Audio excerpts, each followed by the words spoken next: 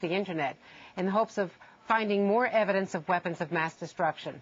At the time, the head of the House Intelligence Committee, Congressman Peter Hoekstra, in fact said, quote, "Let's unleash the power of the Internet on these documents to see if there was a smoking gun on weapons of mass destruction."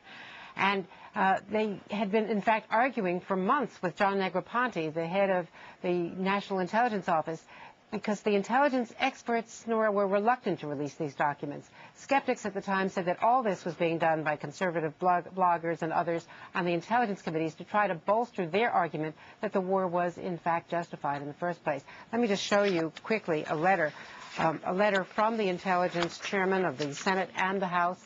And this letter basically was telling Negroponte back a year ago in November of 2005, that he should release these documents, and suggesting that the intelligence experts weren't good enough to go through all these crates that they had captured from Saddam Hussein, so that they should let the folks, the average folks, the laymen on the Internet, have a crack at it.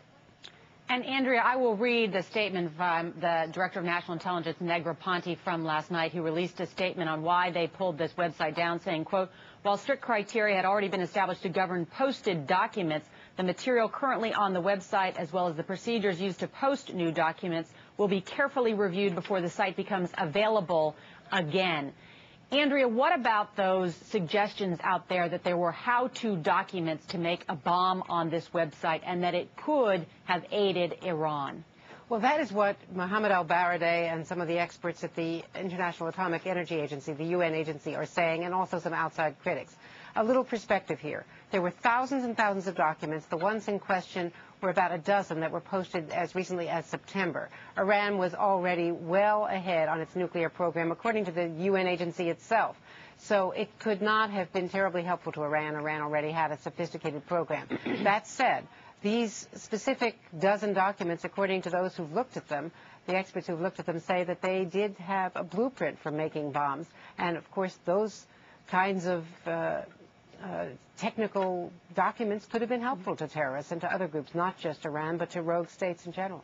So, Andrea, on a political level, do you think it helps the administration by reminding people about potential weapons of mass destruction that were developed before the first Gulf War, perhaps, or does it hurt the administration because it looks like they really bungled an issue of national security and intelligence?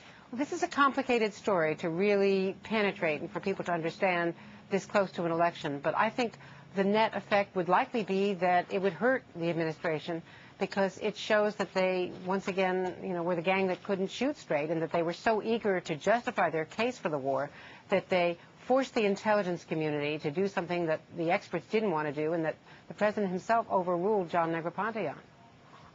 And that's the key point. NBC's Andrea Mitchell, thank you so much. You bet. And they're one of the Republicans' most